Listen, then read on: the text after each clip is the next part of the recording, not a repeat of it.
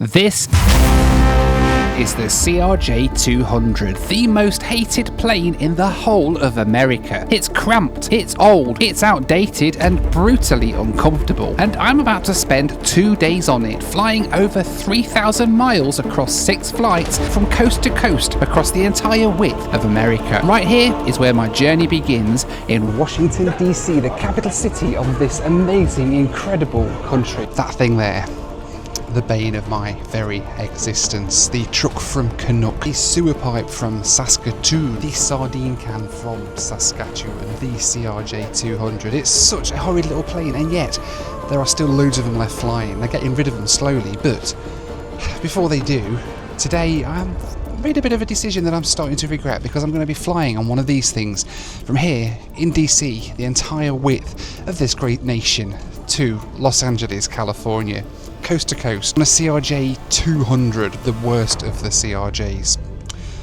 What am I letting myself in for? As it turned out, I wouldn't have too long to find out, because it was time to get on board the Canadian Torture tube. Hey, how are you? Hello, how are you? I'm doing good, thank you. Good to go. Here we Thank go. you. Awesome, thanks. Morning, for 1 and 2 for Johnstown. Johnstown. So here we are then, the first CRJ200 of the day, and this one's been torturing people's spines for over 21 years. Once you're on board, it's in a super cramped 2-2 configuration with tiny overhead bins that will fit only the smallest of bags. Forget a decent sized laptop, you'd be lucky to fit an iPod Shuffle in these things. Alright then, here we go, flight 1 of this crazy adventure on my least favourite planes. This is why I hate the CRJ200. Look at where the window is. It's like elbow level. No legroom whatsoever, cramped as heck and beaten up, falling to pieces. They really are. United are like the last major airline to still fly the CRJ200. Everybody else has kind of upgraded to the 700s and the 550s, which are much nicer than this. But these things, not pleasant at all. So with all pre-flight complaints registered, it was time to find out what 21-year-old plastic and noisy engines had in store for us today. Time to push back for flight number 1 of this utterly ill-conceived adventure.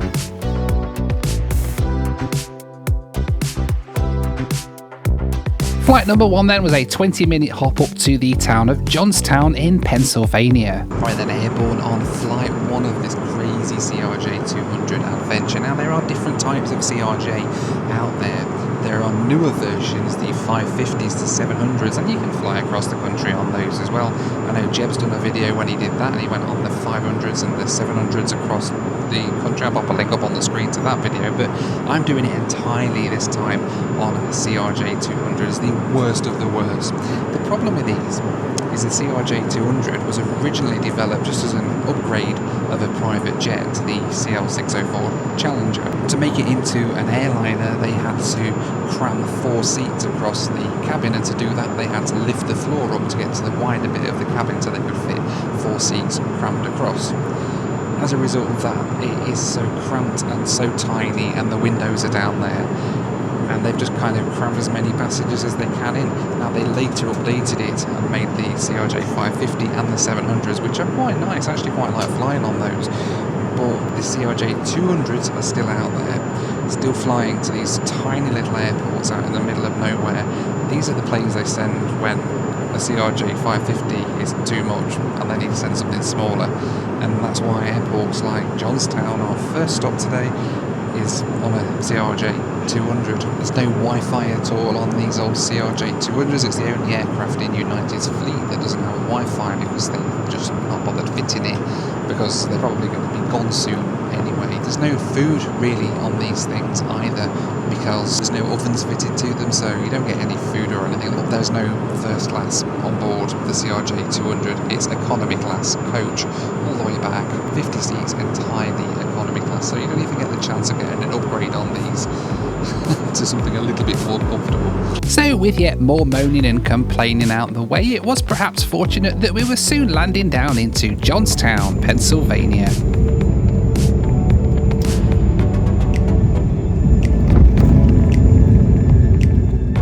The terminal building here is absolutely tiny. It's a stop on the essential air service and only gets 2 flights a day.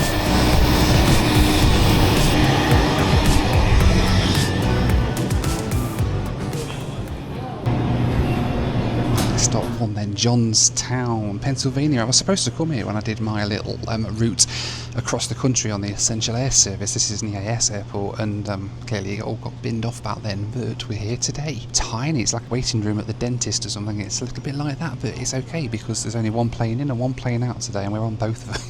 There is at least a vending machine here, which is quite important when you're spending the day on planes with pretty much no service. Air 1K customers, if you're in group 6, just be patient. Thank you very much, sir. You have a good flight. Thank you.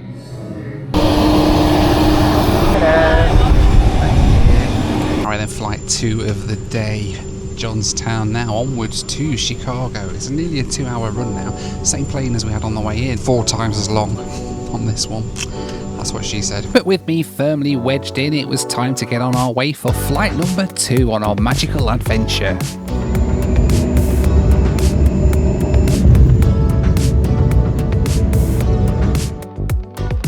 This next leg then ended up being an 1.5-hour run across to Chicago O'Hare in Illinois. I've actually got a little bit more room on this one because the chap at the side of me, well, he's moved forward a row because there's not many people on this flight. So that's good. I've kind of got 2 seats for the price of 1 really on this one. And apparently we do get snacks and a drink on this one as well because it's a little bit longer, so we'll see.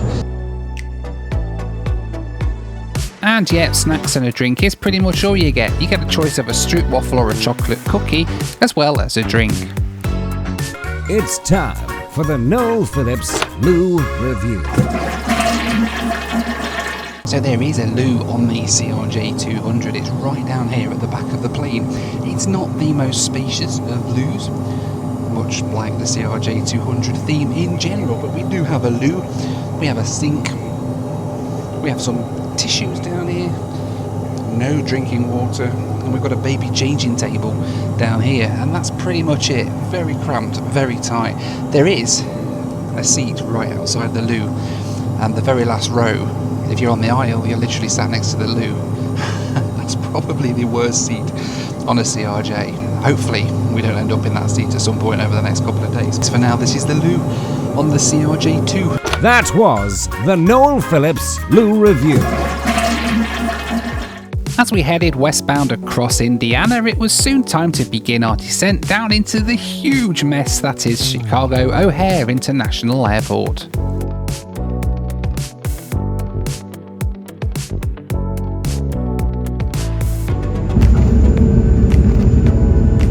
For the first time in a long while of me landing at O'Hare, we didn't have to wait any time at all for a gate, so after our 20-minute taxi, we pulled up on stand and I could get off the plane to stretch my legs. Thank you. See ya.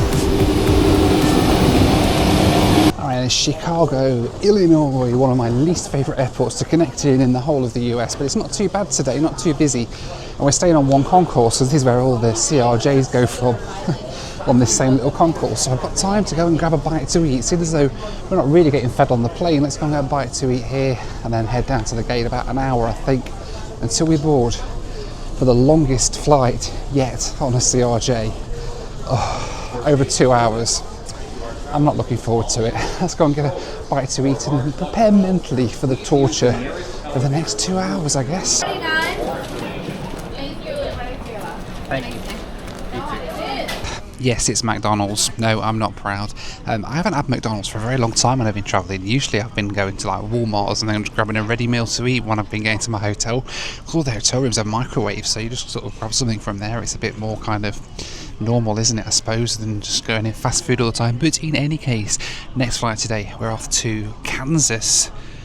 And it's the longest flight yet, over 2 hours, so I'm glad I've got a little bit of time here, like 40 minutes before we start boarding, to actually sit down, grab a bite to eat, and then we'll head across to the gate for the next leg to Salina, Kansas. The bright lights of Salina, I don't know what's there, absolutely no idea. I just know that it's the next stop on my CRJ200 adventure. Honestly, so far it's not been too bad. I am aching a little bit. That last flight helped with not having anybody at the side of me. Never thought that might be a good possibility, but hopefully, fingers crossed, we may end up like that for other flights as well. I think this one at the moment that I'm about to get on doesn't have anybody at the side of me. We'll see when we get on if I get to stretch out on there, but hey. Side note, by the way, I picked up this really awesome little battery pack before I came on this trip. This is actually a power bank. Look at this. And you sort of press it and it's sort of got a little display on it, tells you how much battery's in it and everything. It's so cool. And it like will charge your phone twice, my iPhone anyway. And look at this, like a built-in USB cable and everything. I need to carry on like wads of cables around me. It's not sponsored, honestly, I promise. It's just one I picked up. I thought it was super cool and it just sticks in your pocket. I don't need a big chunky one. So on this trip it's actually really handy. I'll put a little link on the screen or something so you can check it out. It's Chinese rated as well, because apparently in China now they've got this new thing where it has to be CCC rated or something when you go to China, and this one is. It's got it marked on it. So if I go to China, when I go to China, spoiler alert, then this will be really handy then, because I can just take it then. I just love the screen. That's so cool. It was soon time to head across to the gate, and incredibly there was actually a wait list for people to get on this CRJ200. Mr. Gas was very lucky he was at the top of the list today. And United 1K passengers, welcome aboard. Hi there. Thank you. How you doing? Another flight, another CRJ200 as we head to the town of Salina in Kansas. Missouri, no, not Kansas, Missouri. Kansas, it's Kansas, isn't it? That's where Wizzy DeVos woman was from. Once it was Kansas, that's where we're off to anyway. We're off to Salina. 2 hours now on this thing. And that 2 hours started right on time as we taxied out for a mammoth taxi of about 40 minutes here at Chicago O'Hare.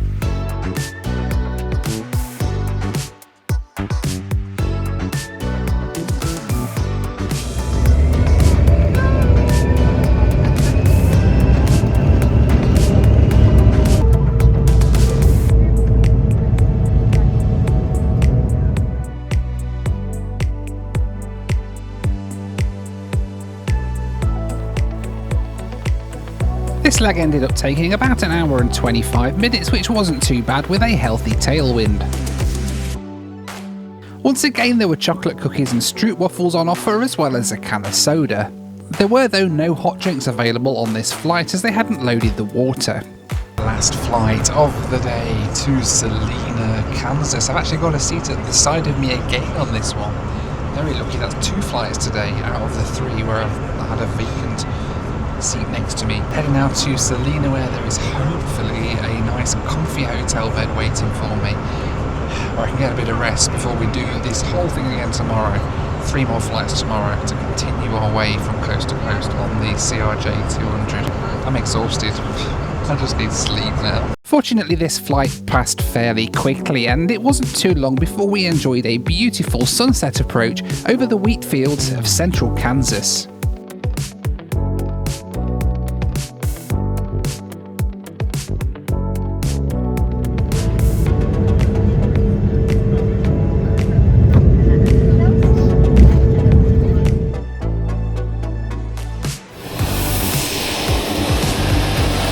The terminal building here is pretty tiny, and it is down this really weird corridor between the gates and the central terminal area.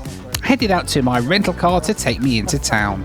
Alright then, welcome to Salina Airport in Texas. Not the home of Celine Dion, I guess, but anyway, we are here. I've rented a car to just take me to my hotel because, well, places like this, there's never any like Ubers or anything, and they don't have a shuttle, so the only thing I could do was to book a rental, and I'm literally 5 minutes from the hotel, but it's like down an interstate, so I don't want to be I do not want to be walking it or otherwise trying to find a way that I need to get there. So yeah, driving down to my hotel, Hampton Inn tonight here in Salina, and then we'll carry on with this tomorrow. Well, I mean, it's going to be too early in the morning. My flight out is at like 6 AM, so I'm not going to be able to explore the delights of Salina, Kansas, but hey, we will see how.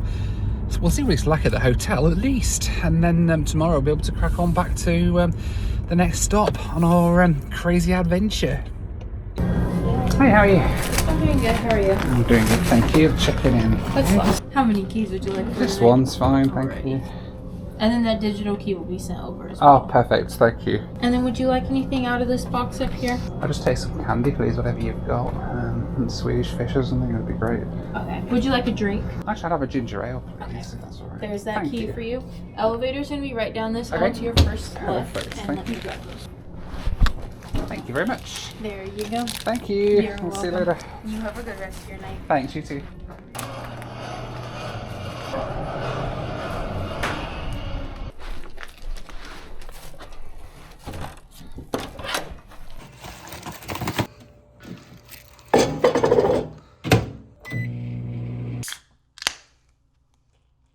Right then, welcome to the Hampton Inn here in Salina, Kansas. This is my room for the night. An actual bed, that's nice.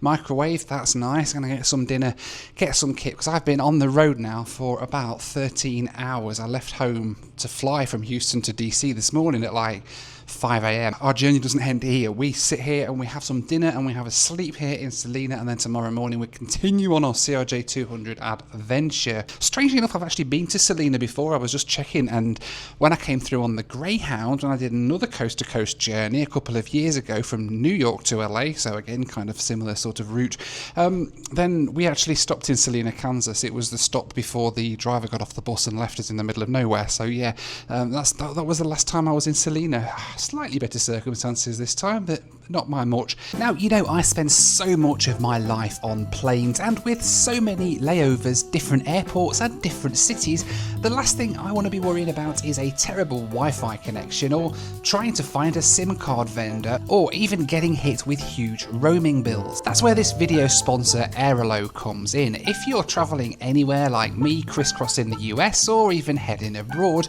you need to know about eSims. Airalo is the world's first eSIM store, giving you access to digital SIM cards for over 200 countries and regions. Now, for me, the absolute best part is how easy it is to use. Instead of wasting time in line at some tiny airport kiosk looking for a physical SIM, I can buy a data plan right on the Airalo app. It's 100% digital, which means installation is quick and easy, and, well, it can even be done on the go, which, trust me, I am.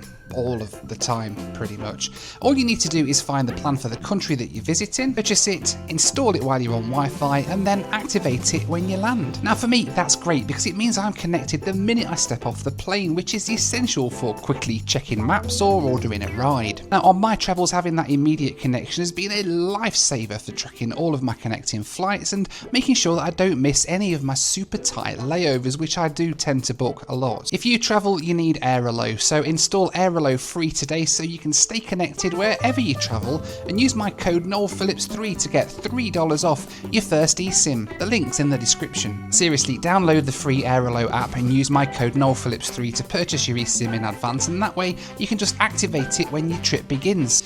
Right, the microwave's just beeped. Ugh, time for me dinner. Here we go, look. Once again, I forgot my plastic fork, so I've had to buy a pack of 10 from down Walmart. After far too little sleep, it was time to get up and get ready for day 2. Well, good morning. Super duper duper early here in Salina, Kansas. Right now it is 5:20 in the morning. My flight leaves at 6:20, so I'm going to jump in the car, run back to the airport and get straight on the plane. I haven't even got time for coffee this morning. I'm not going to be a happy person later on today, but we're going to get on with this journey anyway. Let's head across to the first stop of the day. We're off to Denver. Go ahead. Oh, thank you. Yes, sir. And holy crap, it's cold this morning. Oh no. I think there's a frost on the car as well. Flipping out.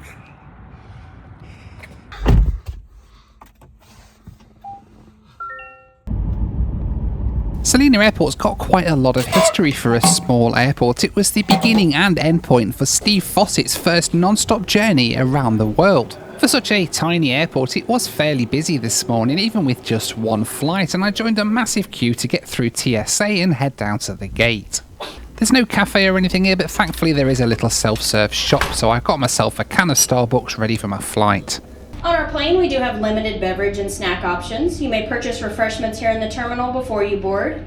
We are boarding in gate 3, so that's the third parking stall outside. Please follow the yellow lines to the aircraft. Here in Kansas, we like to say follow the yellow brick road. Premier 1K customers are welcome to board. Hey, good morning. Good morning. Exit row, are you willing and able to assist if there's an emergency? Yes, with another coffee, yeah. Okay. Thank you. All right, hopefully they got coffee going on that Let's plane. hope so. Have a good day, thank you. So with that, it was time to head out into the freezing cold morning and get on board my next CRJ200. Good, thanks. How are you? And make sure if you film me, you get my good side. Oh, yeah. Thank you. Yeah, one day I'm going to go to the UK. My nephew, he loved it there. He was there for a while. Oh, yeah, okay. He was in the Air Force. Yeah, okay, yeah, in Suffolk, I guess. Yeah, he loved it. Nice. Thank you. Yeah, that coffee pot on, yeah? Alright then, welcome on board. First flight of the day. I left my hotel room 35 minutes ago and I'm on the plane now, so yeah, these small airports is great for that. I've got an exit row, there's a bit more room actually on this row than there was further forward, which is pretty decent. And it looks like we're going to need de-icing this morning, my first de-icing of the year, which is crazy. It's only October. Absolutely crazy, but hey. And so we headed off to get de-iced and ended up taking off about 25 minutes late from Salina.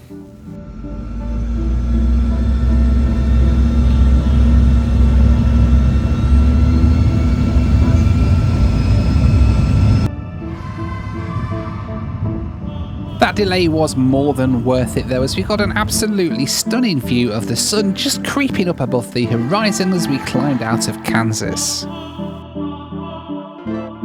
This flight ended up taking 1 hour and 9 minutes as we headed west out of Salina into Denver, Colorado. Flying west at sunrise is pretty strange. You kind of end up in darkness again after you've taken off and then watch the sunrise a second time as you get closer towards Denver. It's pretty cool though.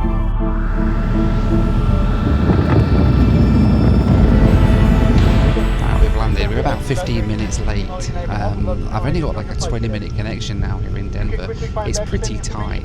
I have pre-ordered my Starbucks on the app, so I'm going to grab that on the way through and we'll head straight to the next gate and hopefully we'll make it in time. They're actually boarding 20 minutes from now and we're not like anywhere near the terminal yet, so this is going to be fun. Thank you, see you later. Thanks very much, I got on for the flight. Thanks very much. See you later. So with a quick leg it through the terminal, my coffee was waiting for me at Starbucks and I headed straight to the next gate to get on the next plane. Hello, good morning. Hey, good morning, how are you? Good. Give me 1 second, you're all set. Thank you, have a great one. You too. Hey, good morning. How are you? Right then, penultimate CRJ of the trip, 2 more. This one down to St. George in Utah and then we continue to the west coast. Got me coffee. It takes me an unhealthy amount of caffeine to get going in the morning, especially when the first flight is at 6 a.m. But with me and the airplane now fully fueled, it was time to push back from the gate and get on our way to the next stop on this crazy adventure, St. George, Utah.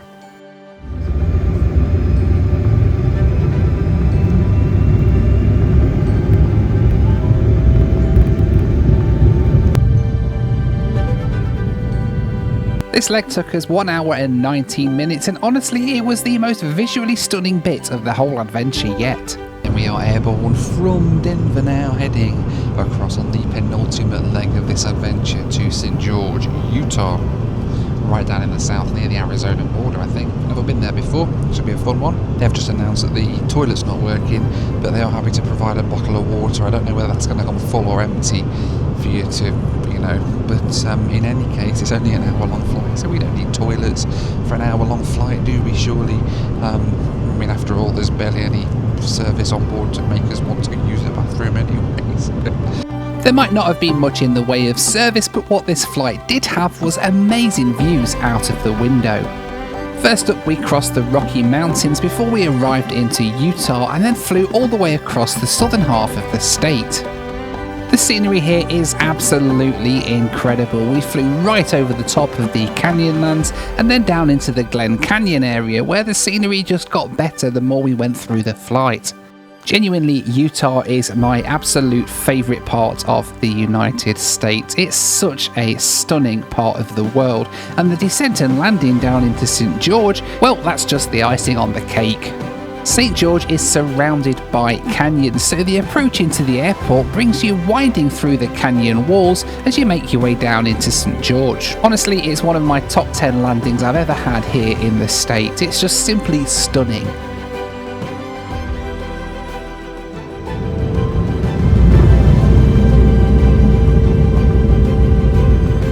Stepping off the plane here feels like you've landed on a different planet. It really is incredible.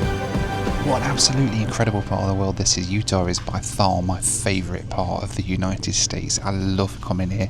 The scenery is just out of this world. Even got at the St. George Airport a little observation deck, which is quite nice. And St. George as well is home to SkyWest, who are the airline that are operating all of these flights for United as well. This is their sort of headquarters down here, hence why there's flights here to everywhere pretty much. One that's just come in is coming from Dallas. They've got flights out to LA, Denver, you name it. You can get there from here in St. George, even though it's such a tiny little airport. Anyway, I've got a coffee, sit and hang about. Same plane, I think, taking me onwards to LA for the last leg of this crazy CRJ journey, the CR journey. United Flight 5032 to LAX. We apologize for the inconvenience. The lavatory in the aircraft is not functioning at the moment. At this time, we'd like to invite any Premier 1Ks aboard. Hi there. Thank you. Have a good day. So here we were then, time to get on board my last flight of this incredible CRJ journey across the United States. We pushed back from the gate, and after a brief delay for air traffic control, we were soon on our way to California.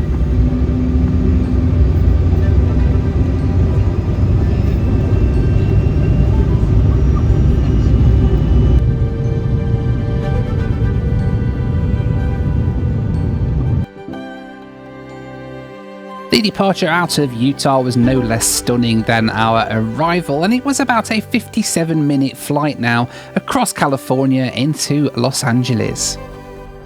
Right, then we are airborne on the final flight of the trip, the last CRJ200 from Utah across to LA.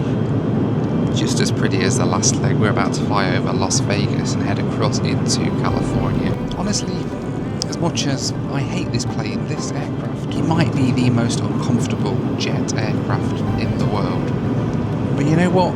I've still really enjoyed this trip. I've enjoyed seeing some of these incredible places that only the CRJ200 can bring you to.